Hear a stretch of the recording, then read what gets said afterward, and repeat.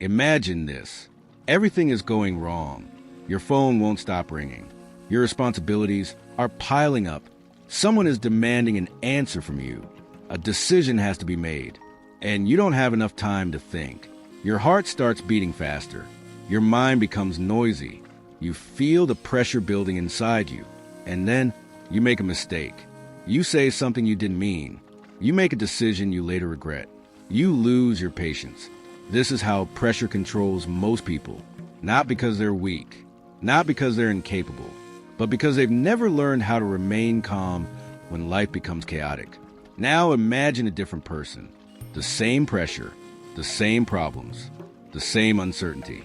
But this person doesn't panic. They don't rush. They don't shout. They don't immediately react. They take a breath. They observe the situation. They think. And then they act. What is the difference between these two people? Is one smarter? Is one stronger? Is one luckier? Not necessarily. The difference is that one has learned a skill that most people never deliberately develop, the ability to remain calm under pressure. And this is exactly where Stoicism becomes incredibly powerful, because the ancient Stoics understood something that modern society often forgets. You cannot always control what happens, but you can train yourself to control how you respond. Marcus Aurelius was not living a peaceful life in the modern sense. He wasn't sitting in a quiet room with no responsibilities. He was an emperor. He faced wars, political conspiracies, disease, personal loss, constant pressure. Imagine waking up every morning knowing that millions of people depended on your decisions. One mistake could have enormous consequences. And yet, throughout his personal writings, Marcus Aurelius repeatedly reminded himself to remain calm, to think clearly, to act according to reason, to focus on what was within his control. He understood that panic doesn't solve problems. It only creates new ones. And this is the first lesson you need to understand. Pressure doesn't destroy people. Uncontrolled reactions to pressure do. Think about a glass of water. Hold it for 5 seconds. It's easy. Hold it for 5 minutes. Your arm begins to hurt. Hold it for 5 hours. The weight becomes unbearable. The water hasn't changed. The glass hasn't changed. But the amount of time you spend carrying it has. Pressure works the same way. A difficult situation may be manageable for a few minutes, but when you constantly replay it in your mind, when you imagine every possible disaster, when you obsess over things you cannot control, the pressure becomes unbearable. The Stoics understood this. They knew that sometimes the event itself isn't what destroys our peace. It's our continuous mental resistance to the event. Imagine you're stuck in traffic. You have somewhere important to be. You can't move. You look at the clock. You're already late. Now you have two choices. You can become angry. You can honk. You can complain. You can blame everyone around you. Or you can accept one simple fact.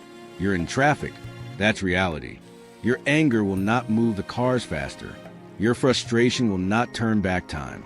Your panic will not create an empty road. The only thing you control is what you do next. This doesn't mean you become passive. It means you stop wasting energy fighting reality. This is one of the greatest secrets of Stoicism. Acceptance is not weakness. Acceptance is the beginning of effective action. You cannot solve a problem you refuse to accept. The Stoic first sees reality clearly, then they respond. Most people do the opposite. They emotionally reject reality first. Then they try to solve the problem.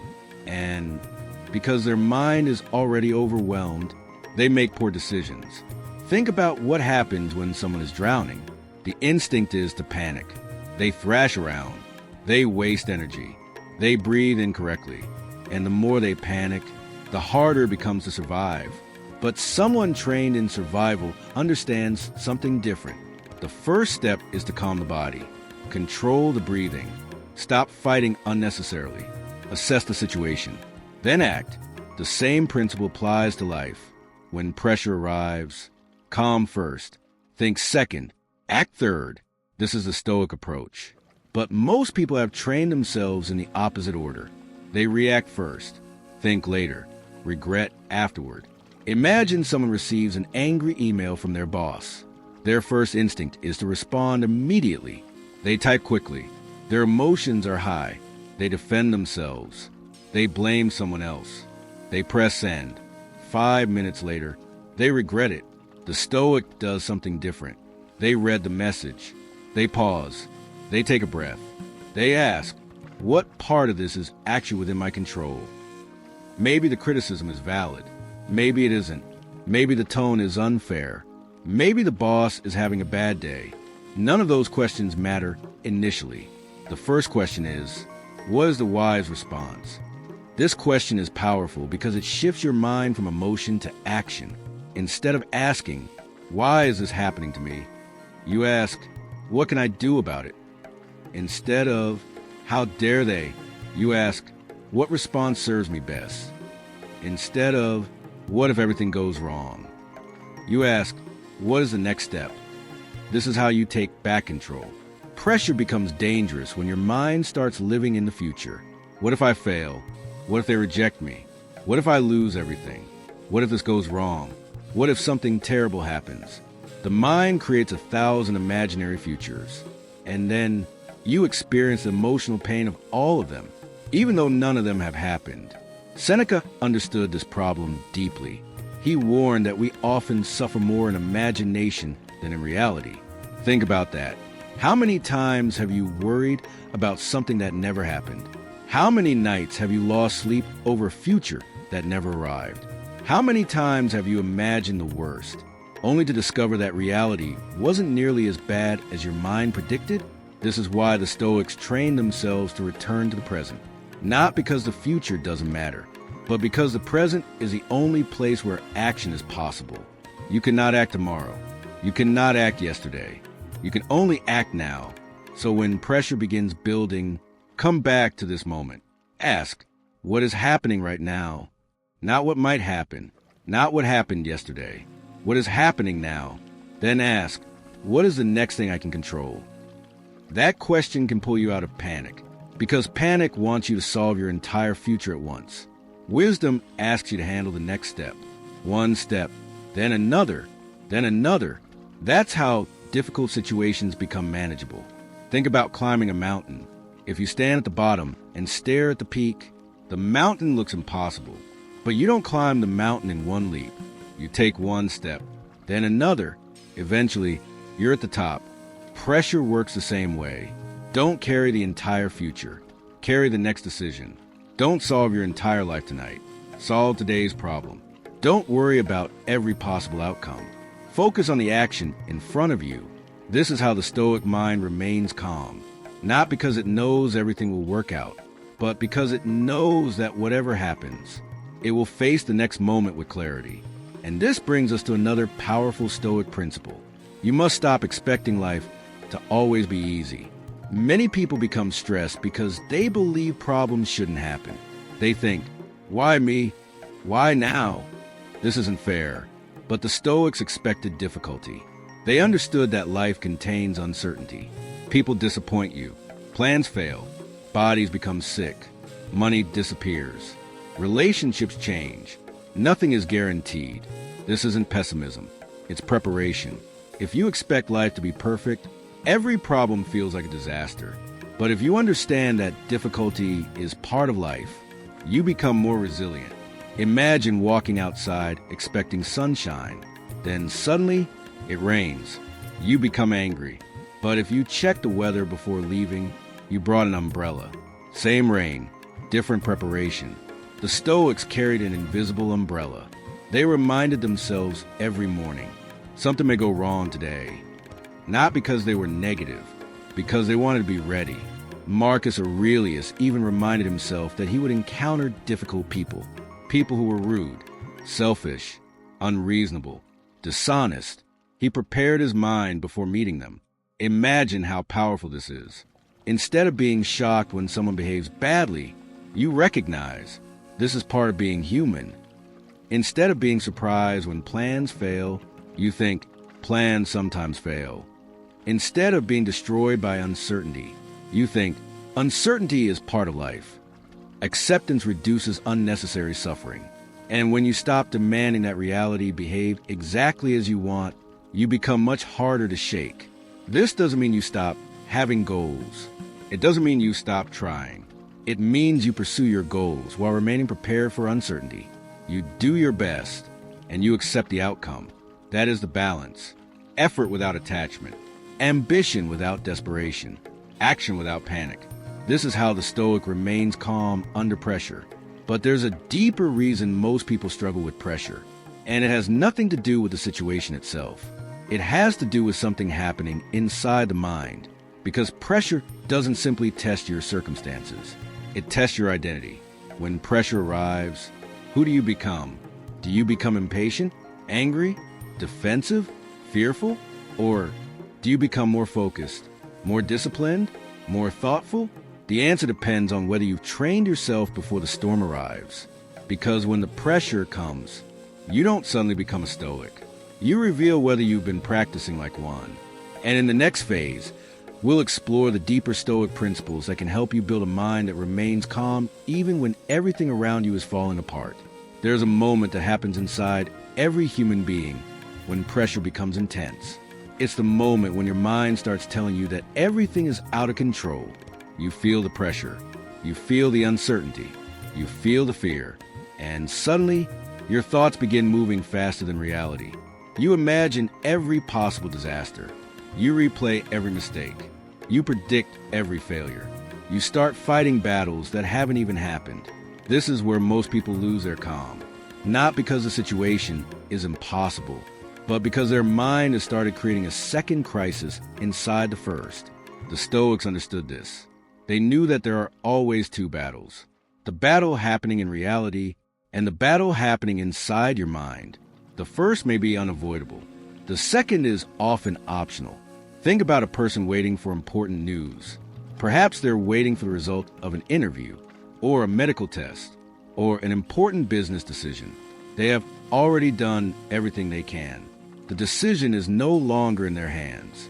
But instead of accepting that, they spend hours checking their phone, refreshing their email, imagining the worst. What have they gained? Nothing. The outcome hasn't changed, but their emotional state has collapsed. This is exactly where the Stoic principle of control becomes powerful. Epictetus taught that we must distinguish between what is within our control and what is not. You control your actions. You control your effort. You control your preparation. You control your attitude. You control your choices. But you do not control other people's decisions. You don't control the past. You don't control the future. You don't control the weather. You don't control whether everyone likes you. And you don't control every outcome. This sounds simple, but if you truly understand it, it can change the way you experience pressure forever. Because pressure often comes from trying to control something that was never yours to control. Think about how exhausting it is to change someone's opinion of you. You explain yourself. You defend yourself. You prove yourself. You keep talking. But what if they still refuse to understand? Now you're trapped, because your peace depends on their decision. The Stoic steps away from this trap. They say, I will control my character. I will control my effort. I will control my response. The rest is not mine. This is not giving up. It's strategic thinking. A general doesn't waste an army fighting battles that cannot be won. The Stoic doesn't waste emotional energy trying to control what cannot be controlled. This is why calm people often appear powerful. They know where to spend their energy, and they know what to ignore. Now imagine you're preparing for a major presentation. You practice, you study, you prepare your notes. You arrive early, you've done your part. But when you walk into the room, your hands begin to shake. Your mind starts racing. You think, what if I embarrass myself? What if they don't like my presentation? What if I forget everything? This is the moment when you need to separate your responsibility from the outcome. Your responsibility is preparation. Your responsibility is effort. Your responsibility is showing up. The audience's reaction, not fully yours. The final outcome, not fully yours. So focus on your part. That's how you reduce pressure. Do your duty. Release the rest. This principle applies to almost everything. You can prepare for an exam. You cannot guarantee the questions. You can prepare for an interview. You cannot control the interviewer. You can build a business. You cannot control the market. You can treat someone with kindness. You cannot control whether they appreciate it. You can love someone. You cannot control whether they stay. You can work hard. You cannot guarantee success. The Stoic does not confuse effort with control. They give everything to the first and release the second. This creates a powerful mental freedom because you begin to realize, I don't have to control everything to be okay. That is one of the most peaceful realizations a human being can have. Now let's talk about another Stoic principle that can completely change how you handle pressure. Negative visualization. At first, this sounds strange. Why would anyone deliberately imagine bad things happening? But the Stoics weren't trying to make themselves miserable. They were trying to become grateful and prepared. Imagine you have a person you love. Instead of assuming they'll always be there, take a moment to recognize that life is temporary. Instead of assuming your health will always be perfect, appreciate the days when you feel well. Instead of assuming your job will always exist, be grateful for the opportunity you have today. The point isn't fear, it's perspective. When you recognize that everything is temporary, you stop taking everything for granted.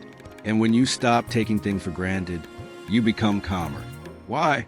Because you are no longer demanding permanence from a temporary world. This principle also prepares you for difficulty. Imagine you're about to face a challenging situation. Instead of saying, I hope nothing goes wrong, ask, what if something does go wrong? Then imagine your response. What would you do? Who would you call? What options would you have? What is the next step? Suddenly, uncertainty becomes less terrifying. You've already mentally walked through the possibility. The unknown becomes familiar. This is why the Stoics were so prepared for adversity. They didn't assume life would always cooperate.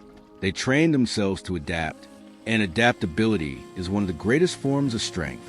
Think about a tree during a storm. A rigid tree may break. A flexible tree bends. The storm doesn't necessarily destroy the flexible tree. It teaches the tree how to move. Your mind must learn the same skill. Don't become rigid. Become adaptable. When circumstances change, change your strategy. When plans fail, create a new plan. When one door closes, look for another. The Stoic doesn't say, this wasn't supposed to happen. They say, this happened. Now what? That question is incredibly powerful. Now what? It immediately shifts you from victimhood to action. The past cannot be changed, but your next move can. And this brings us to one of the most powerful Stoic techniques for staying calm under pressure. Control the next 5 minutes, not the next 5 years. The next 5 minutes. When everything feels overwhelming, ask, what can I do in the next 5 minutes? Maybe it's making a phone call. Maybe it's writing down your options. Maybe it's taking a walk. Maybe it's drinking water and calming your breathing. Maybe it's simply sitting quietly. You don't need to solve everything immediately. You only need to take the next wise step. Imagine someone standing at the bottom of a staircase. They look up 10 floors, 20 floors. The height is overwhelming, but they don't climb all 20 floors at once. They climb one step, then another, then another. Pressure becomes manageable when you stop trying to solve your entire life in one moment. One breath, one decision, one step. This is how the Stoic mind works. Now here's something even deeper. When you're under pressure, your body often reacts before your mind. Your heart speeds up, your muscles tighten, your breathing becomes shallow, you feel restless. The Stoics understood that the body and mind influence each other. So, if you want to calm your mind, start with your body. Slow your breathing, relax your shoulders, unclench your jaw, sit still, speak slowly, move deliberately. Your body can send your mind a message. We are safe enough to think. You don't need to eliminate the pressure. You need to create enough space to think clearly inside it. Imagine someone shouting at you. Your natural response is to raise your voice. They get louder. You get louder. The situation escalates. But what happens if you lower your voice? Speak slowly. Stay composed. Suddenly, the energy changes. Calmness is contagious, but so is panic. If you bring panic into a stressful situation, you multiply the problem. If you bring calmness, You reduce it. This is why the Stoics' greatest weapon is often their presence. They don't need to dominate the room. They stabilize it. People naturally look toward the calmest person during a crisis. Why? Because when everything becomes chaotic, calmness becomes leadership. This is true in families, relationships, businesses, friendships, even emergencies. The person who remains composed becomes a person others trust. But this level of calm doesn't appear overnight. It must be trained. And that's where the Stoics were different. They practiced before they needed the skill. They prepared their minds every morning. They reflected every evening. They examined their thoughts. They questioned their assumptions. They reminded themselves what they controlled. They accepted uncertainty. They practiced gratitude. They anticipated difficulty. And slowly, they built something powerful. A mind that didn't collapse every time life became difficult. That is the real goal of Stoicism. Not to eliminate pressure, not to escape responsibility, not to avoid difficult emotions, but to become the kind of person who can carry pressure without being crushed by it. And in the next phase, we'll move from philosophy into practice. You'll learn the specific daily exercises you can use to train your mind to remain calm under pressure, even when your emotions are screaming at you to panic. Because knowing what to do is one thing. Training yourself to actually do it when everything goes wrong is where true Stoic strength begins. Now we move from understanding to practice, because knowing that you should remain calm is easy. Remaining calm when someone is shouting at you, when your plans are collapsing, when your money is running out, when you're facing uncertainty, that is where the real test begins. The Stoics didn't believe that calmness was something you were simply born with. They believed it could be trained, just like strength, just like endurance, just like any other skill. You don't become physically strong by reading about exercise. You become strong by repeatedly putting your body under controlled resistance. The same is true for your mind. You become mentally strong by practicing calmness before you desperately need it. So let's explore several powerful Stoic exercises that can transform the way you respond to pressure. Exercise 1. The Stoic pause. This is perhaps the simplest and most powerful practice. When something triggers you, don't respond immediately. Pause, just for a moment. 1 breath, 1 second, maybe 5. That tiny space between the event and your response is where your freedom lives. Imagine someone sends you a message that makes you angry. Your fingers immediately want to type. You want to defend yourself. You want to attack. You want to prove them wrong. But instead, put the phone down. Take a breath. Walk away if necessary. Then ask, what response will I respect tomorrow? This question changes everything, because your emotional mind wants satisfaction now. Your wiser mind cares about consequences later. Anger wants the last word. Wisdom wants the best outcome. Ego wants to win. Character wants to remain intact. The pause allows you to choose which one will lead. Practice this every day, in small situations. When someone cuts you off in traffic, when your internet stops working, when someone interrupts you, when a plan changes, use these moments as training. Don't wait for a life crisis to practice calmness. Train during ordinary inconveniences. Then when a major crisis arrives, your mind will already know what to do. Exercise 2, name the emotion. One of the easiest ways to become controlled by an emotion is to remain unaware of it. You feel angry, but you don't recognize it. You feel anxious, but you don't identify it. You feel afraid, but you call it stress. The Stoics practice self-observation. They learn to look at their emotions rather than immediately becoming their emotions. The next time you feel pressure building, simply say, I am feeling anger, not I am angry. There's a subtle difference. The first creates distance. The second creates identity. Instead of becoming the emotion, you observe it. Say, I notice that I'm feeling anxious. I notice that I'm afraid. I notice that I'm becoming defensive. This simple practice reminds you that emotions are experiences. They are not commands. You can feel anger without acting angrily. You can feel fear without making a fearful decision. You can feel pressure without becoming panic. The emotion is real, but it doesn't have to be in charge. Exercise 3. Ask the Stoic question. Whenever something goes wrong, ask, is this within my control? This question should become automatic. Someone insults you. Is their opinion within your control? No. Your response? Yes. Your boss criticizes your work. Can you control their words? No. Can you control whether you learn from the feedback? Yes. Your business experiences a setback. Can you control the entire market? No. Can you control your next strategy? Yes. Someone rejects you. Can you control their decision? No. Can you control how you move forward? Yes. This question separates a problem from the emotional noise surrounding it. It creates clarity, and clarity reduces pressure. The moment you identify what is within your control, you have somewhere to place your energy. And energy directed toward action is far more useful than energy wasted on frustration. Exercise 4. The worst case scenario. When you're under pressure, your mind often creates vague fear. You don't know exactly what you're afraid of. You just feel that something terrible is coming. The Stoics had a way of confronting this. They would ask, what is the worst that could realistically happen? Not the imaginary worst, the realistic worst. Then ask, if that happened, what would I do? This transforms vague anxiety into a concrete problem. Imagine you're afraid of losing your job. Your mind says, everything will be ruined. Stop. Ask, what would actually happen? You would lose income. You would need to reduce expenses. You might need to search for another job. You might need to learn a new skill. You might ask for help. Would it be difficult? Absolutely. Would it be impossible? Probably not. The mind often exaggerates uncertainty.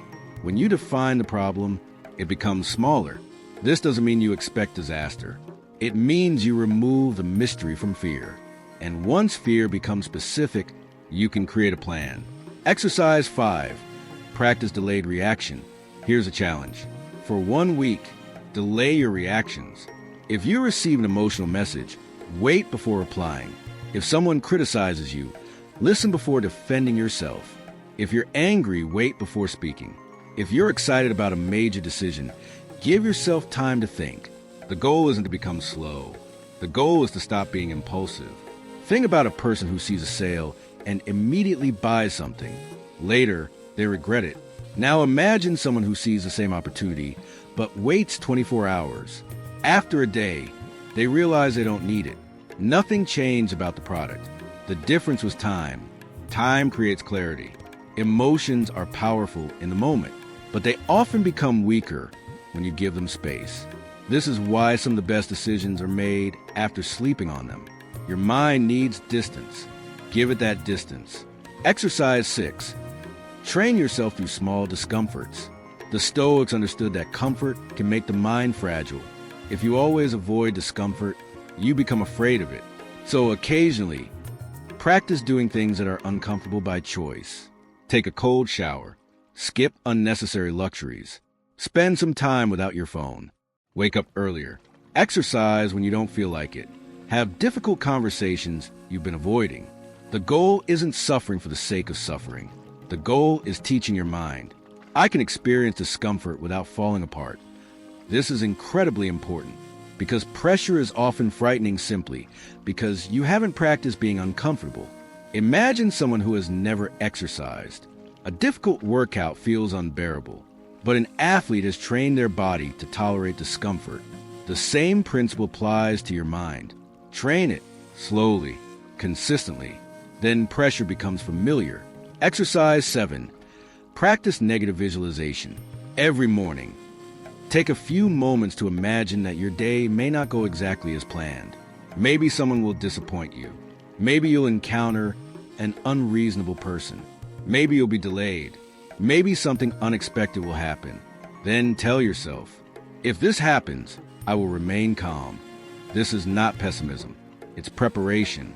When you expect perfection, inconvenience feels like an attack. When you expect uncertainty, inconvenience becomes part of life. The Stoic doesn't wake up saying, nothing bad will happen today. They wake up saying, whatever happens, I will meet it with wisdom. That's a much stronger mindset. Exercise 8. The evening review. At the end of each day, Review your behavior. Ask yourself, where did I remain calm today? Recognize your progress. Then ask, where did I lose control? Don't judge yourself. Study yourself. Finally, what will I do differently tomorrow? This is how mistakes become training. Maybe you lost your temper with someone. Instead of saying, I'm a terrible person, ask, what triggered me? Maybe you were tired. Maybe you felt disrespected. Maybe you were afraid. Understanding the trigger allows you to prepare for the next encounter. Self-knowledge is one of the greatest forms of power. You cannot control what you don't understand. The most important exercise: practice before the storm. Here's the truth most people don't want to hear. You cannot build emotional strength in the middle of a crisis. You reveal the strength you built before it. Think about a firefighter. They don't wait until the building is burning to learn how to use the equipment. They train beforehand, over and over, because when the fire comes, there's no time for confusion. Your life is the same. The moment to train your mind is not when everything is falling apart. It's today, when you're calm, when things are ordinary, when nothing dramatic is happening. That's when you build the habits that will protect you later. Every small annoyance is a training opportunity. Someone is slow in front of you. Practice patience. Someone disagrees with you. Practice listening. Someone criticizes you. Practice humility. Something doesn't go according to plan. Practice acceptance. Your phone breaks. Practice flexibility. You receive bad news. Practice presence. Slowly, you become stronger. And eventually, something begins to change. You don't become emotionless. You become harder to control. You still feel anger, but you don't immediately act on it. You still feel fear, but you don't automatically obey it. You still feel pressure, but you don't allow it to destroy your clarity. This is the real meaning of emotional strength, not the absence of emotion, the presence of choice. And this brings us to one of the most important questions. What happens when you practice these principles for months? What happens when staying calm becomes your default? What happens when pressure no longer controls your behavior? You become a completely different kind of person. You become the person others look toward when everything goes wrong, the person who can walk into chaos and bring order, the person who can hear criticism without collapsing, the person who can face uncertainty without panic, the person who can experience failure without losing their identity, the person who understands that life doesn't have to be perfect for them to remain at peace. And that is where true Stoic strength begins. Because the ultimate goal isn't simply to survive pressure. It's to become someone who can stand in the middle of pressure and remain completely yourself. In the final phase, we'll explore how to turn these practices into a permanent way of life.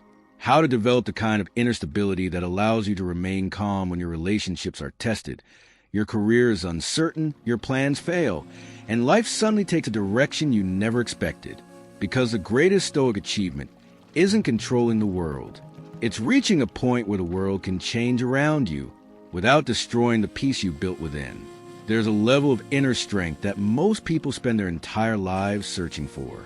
It is the ability to remain calm when everything around you is falling apart, to think clearly when everyone else is panicking, to stay grounded when life suddenly changes direction, to hear bad news without immediately losing hope, to face criticism without questioning your entire identity, to experience failure without believing that you are a failure. This is the kind of strength the Stoics spent their lives developing. And the beautiful thing is, you can develop it too, but you must first understand something important. Being calm under pressure does not mean you will never feel pressure. It means pressure no longer controls your behavior. You may still feel your heart racing. You may still feel fear. You may still experience anger. You may still have moments when you feel overwhelmed. But somewhere inside that emotional storm, there's a part of you that remains awake. A part of you that can still think. A part of you that can still choose. A part of you that can still say, I don't have to become this emotion. That is the beginning of Stoic strength, the power of accepting reality. One of the greatest sources of unnecessary suffering is arguing with reality. You wanted something. It didn't happen. You expected someone to behave differently. They didn't. You planned for one outcome. Something else occurred. And now your mind keeps saying, this shouldn't be happening. But reality doesn't negotiate. It doesn't care what you think should have happened. It simply is. The Stoic learns to look at reality and say, this is what has happened. Now what can I do? Notice the difference.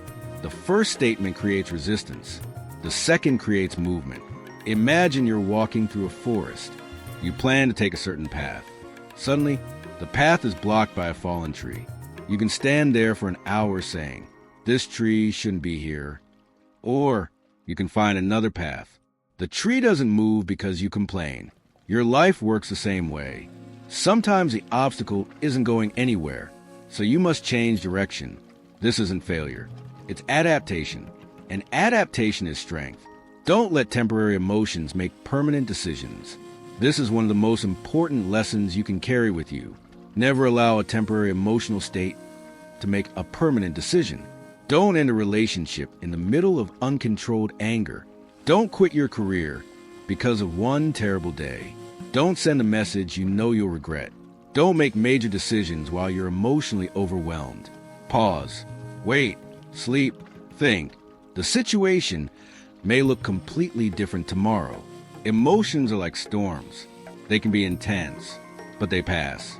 And if you make permanent choices during temporary storms, you may spend years cleaning up the consequences. The Stoic understands the difference between urgency and importance. Something may feel urgent without actually being important. Your emotions may scream, do something now. Wisdom may quietly say, wait. Learn to listen to the quieter voice. It often knows more. When you can't control the situation, control yourself. There will be moments when nothing you do can change the outcome. You may lose an opportunity. Someone may leave. A business may fail. A plan may collapse. You may receive news you never expected. In these moments, your greatest power may be the ability to remain yourself. Don't let disappointment turn you bitter. Don't let failure turn you hopeless. Don't let rejection turn you desperate. Don't let betrayal turn you into someone you don't recognize. The world may take something from you. Don't let it take your character too. That is the ultimate Stoic victory. Imagine someone throws mud at you. You can't control their decision to throw it, but you can choose whether to pick it up and throw it back. Most people do. One insult becomes another. One betrayal creates another. One act of anger creates another, and the cycle continues. The Stoic breaks the cycle, not because they're weak, because they refuse to become what they dislike. They say, your behavior belongs to you. My character belongs to me. That is freedom. Become the calmest person in the room. Imagine what would happen if you became the calmest person in every difficult situation. When everyone is panicking, you remain focused. When people are arguing, you listen. When plans collapse, you think. When criticism arrives, you reflect. When uncertainty appears, you adapt. People would begin trusting you, not because you always have the answer, but because you don't make problems worse. This is a rare form of leadership. You don't need to control everyone. You simply control yourself, and your self-control influences everyone around you. A calm person can change the energy of an entire room. A calm parent can stabilize a frightened child. A calm leader can steady a nervous team. A calm friend can help someone through a difficult moment. Your calmness isn't just for you. It becomes a gift you give to others. The ultimate Stoic habit. If you remember nothing else from this entire video, remember this. Pause before you surrender your peace. When something happens, pause. When someone provokes you, pause. When you're afraid, pause. When you're angry, pause. When you're uncertain, pause. Then ask yourself 3 questions. What is actually happening? What is within my control? What is the wisest response? These 3 questions can change your life. They create space between emotion and action. They remind you of reality. They bring your attention back to what you control. And they help you choose your response deliberately. Do this enough times, and something incredible happens. The pause becomes automatic. You stop reacting immediately. You begin observing. You begin thinking. You begin choosing. And eventually, calmness becomes part of your character. Your mind is your final refuge. The Stoics believe that your mind could become a place of refuge. The world outside may be chaotic, but inside you can build order. The world may be loud, but inside you can cultivate silence. The world may be unpredictable, but inside you can develop stability. This doesn't mean escaping reality. It means developing an inner foundation strong enough to face reality. Marcus Aurelius once reminded himself that he could retreat into himself whenever he needed to. That idea is incredibly powerful because it means that your greatest sanctuary isn't a physical location. It's the mind you've trained. You can lose possessions. You can lose status. You can lose opportunities. You can lose relationships. But if you maintain control over your character, you still possess something incredibly valuable. You still possess yourself. And no circumstance can take that away without your permission. The 7-day Stoic challenge. So here's your challenge. For the next 7 days, practice one simple thing. Every time you feel pressure rising, do not react immediately. Pause. Take a breath. Ask yourself, what can I control? Then ask, what response will make me proud of myself tomorrow? Practice this in small moments. When someone annoys you, when traffic slows you down, when someone disagrees with you, when your plans change, when you're criticized, when you're disappointed. Don't wait for a major crisis. Train yourself in the small moments, because one day the major crisis will arrive, and when it does, you'll have a choice. You can become overwhelmed by the pressure, or you can remember what you've practiced. You can breathe, you can observe, you can think, and then you can act calmly, deliberately, wisely. Final message. Life will never stop testing you. There will always be another challenge, another uncertainty, another difficult conversation, another unexpected problem. You cannot eliminate these things, but you can change your relationship with them. You can become stronger. You can become wiser. You can become calmer. You can train yourself to walk through storms without becoming the storm. Remember this. You don't need to control everything to be at peace. You only need to control what belongs to you. Your thoughts, your choices, your actions, your character, your response, everything else, you must learn to release.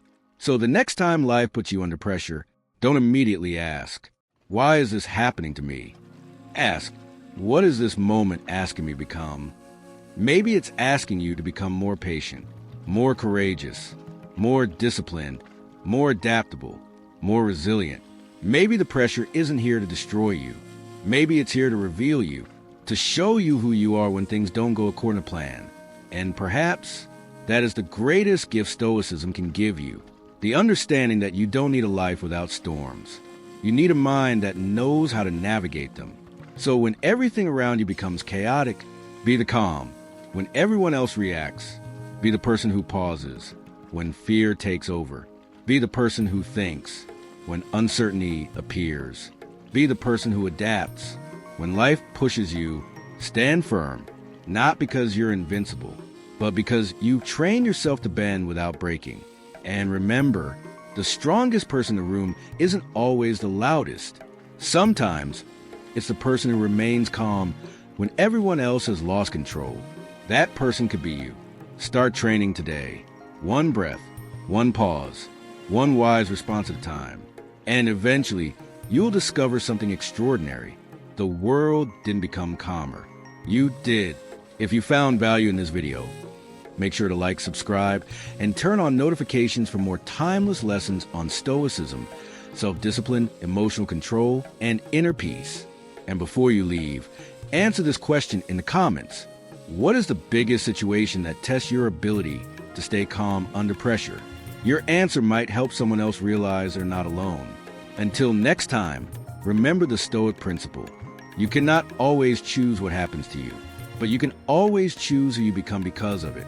Stay calm, stay disciplined, stay in control of yourself, because when you master your response, pressure loses its power over you.